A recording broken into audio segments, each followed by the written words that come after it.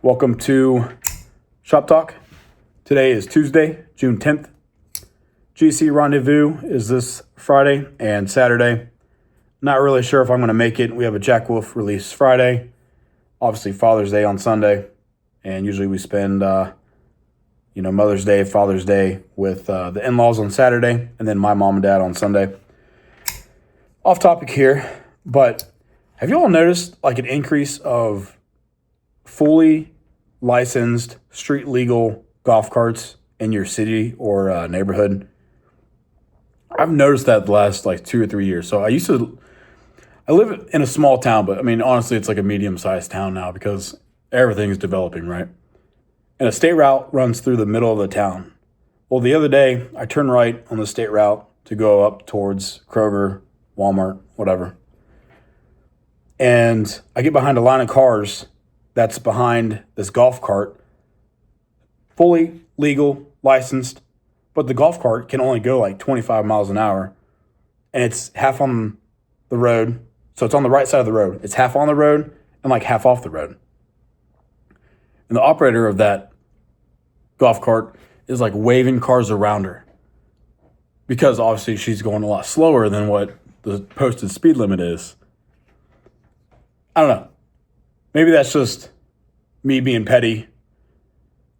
But to me, it's like, if you're going to run up to Kroger, run up to the gas station, just hop in your car and go up there and come back. I don't know. What do you guys think? Like, my parents live out in the country and a lot of their neighbors have golf carts. Well, to me, that makes sense, because you're driving around your property. You have, 5+ acres.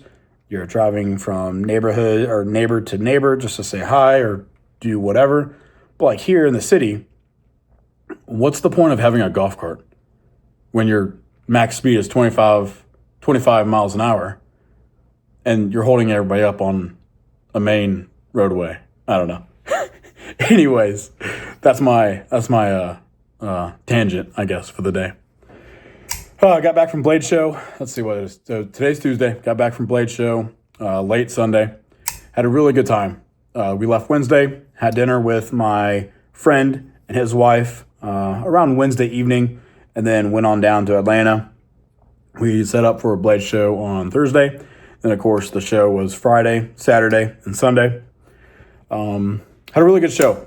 Man, very busy Friday and Saturday. Sunday's usually a bit slower, but for me, the conversations that I can finally have with, people that you see on YouTube or people who I email almost weekly or have phone conversations with, to finally be able to sit down at the table or at our booth and have just full on, just knife conversations with them is so nice.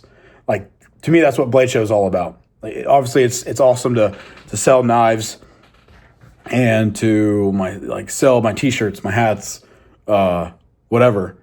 But to finally be able to have that conversation, just good, genuine knife talk, that's what it's all about. But it's a really good show.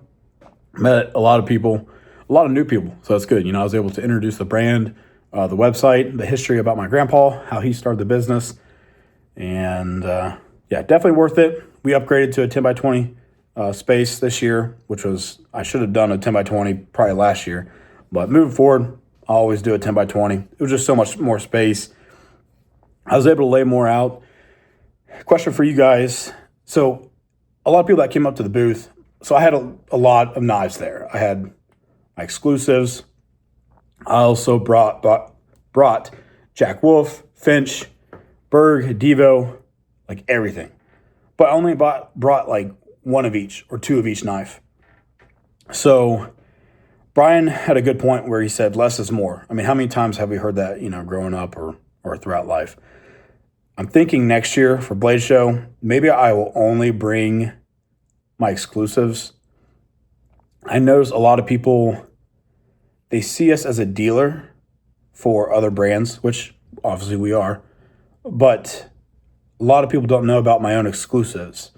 A lot of people don't know about the C. Reisner brand. That's technically the brand that, I have all my exclusives named under or named after, which obviously was, my grandpa.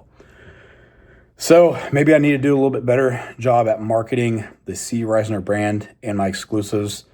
And I think by only having my own designs there at Blade Show, maybe that would help make that connection with people.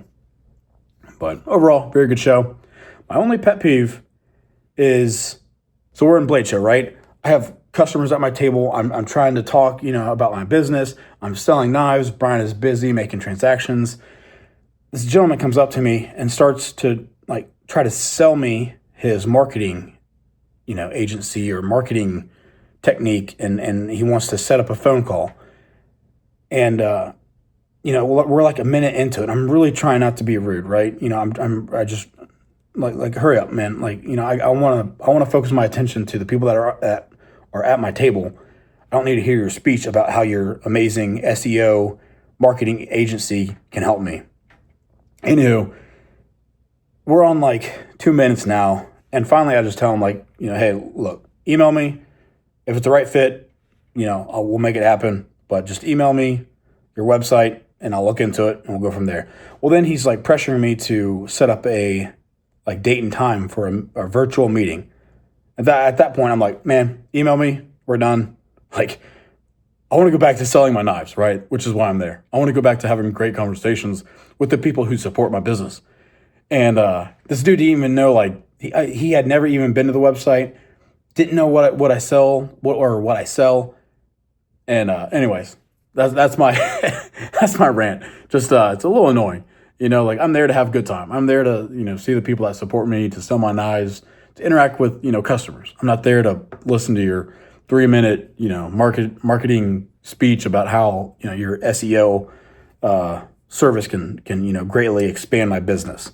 But other than that, very good weekend. Got back late Sunday, and yeah.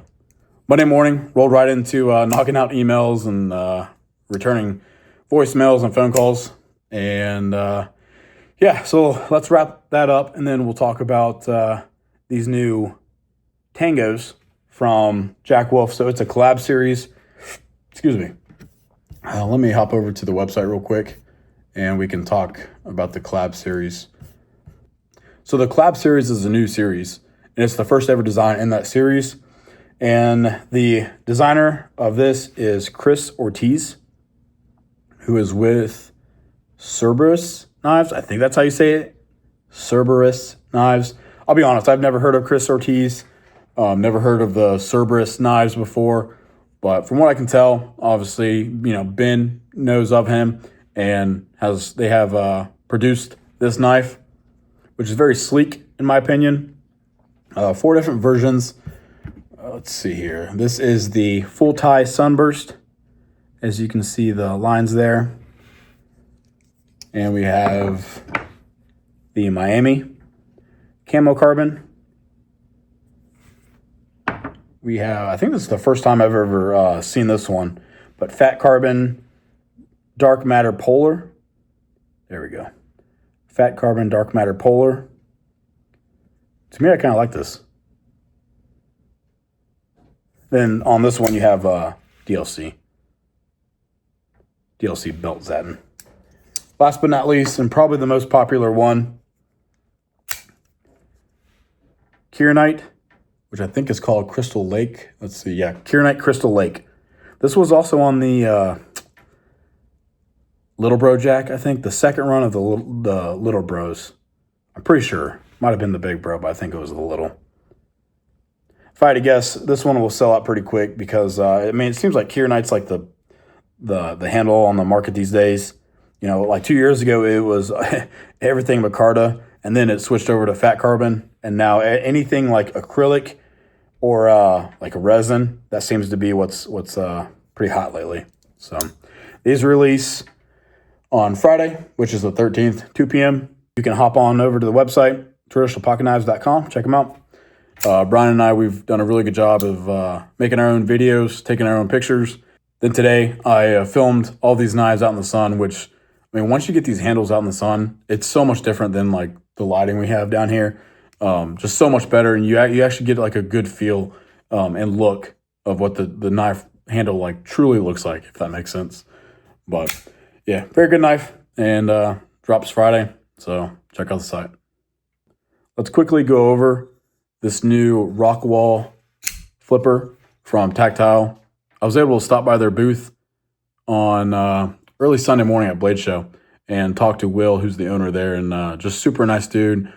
Really glad to finally be able to talk to him one-on-one, which I've talked to him at Blade shows before, but to like I said earlier, just to finally be able to talk face to face, it's so much nicer than over email.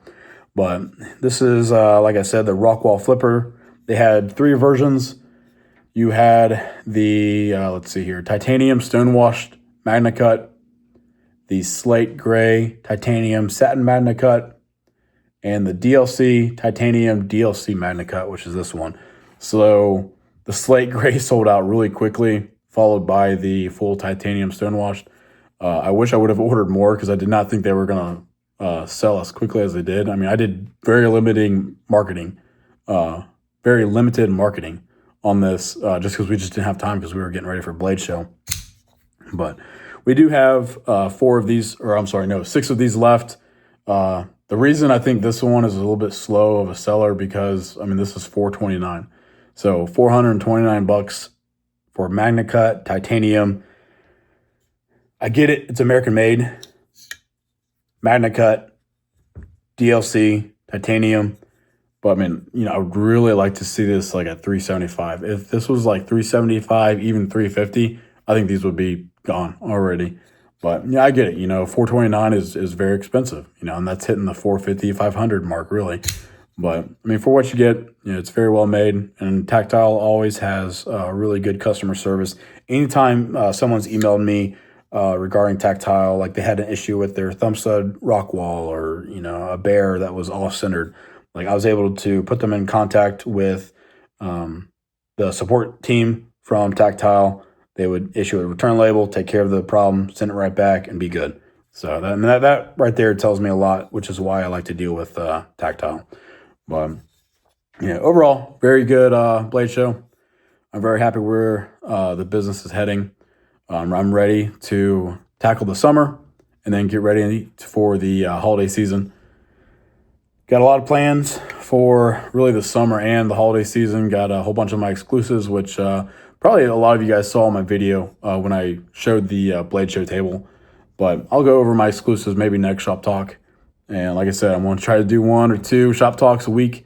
I think you guys enjoy this. And actually, my last Shop Talk got a lot of comments and a lot of views. So thank you guys. I really appreciate that. That kind of tells me that I need to do this more often. And just honestly, I like it. I like keeping you guys informed. Yeah, I love pocket knives. I'm very thankful for what my grandpa taught me growing up, and I wish he was here, but he would be so proud to see where we come, and I'm excited to see where the business goes. I'm going to take it to whole new levels, I think. Eventually, I would like to have my own storefront or my own building, really. I don't know if I really want a storefront in a business mall area, but if I could actually just have my own building for local foot traffic who could make appointments, and then eventually that way I could have more room, have an actual legit podcast YouTube room, and then an inventory room and all that. But we'll get there. Be patient, work hard, and good things come to people who are patient and work hard. So appreciate you all. Thank you guys. Stay safe out there, and yeah, take care. See ya.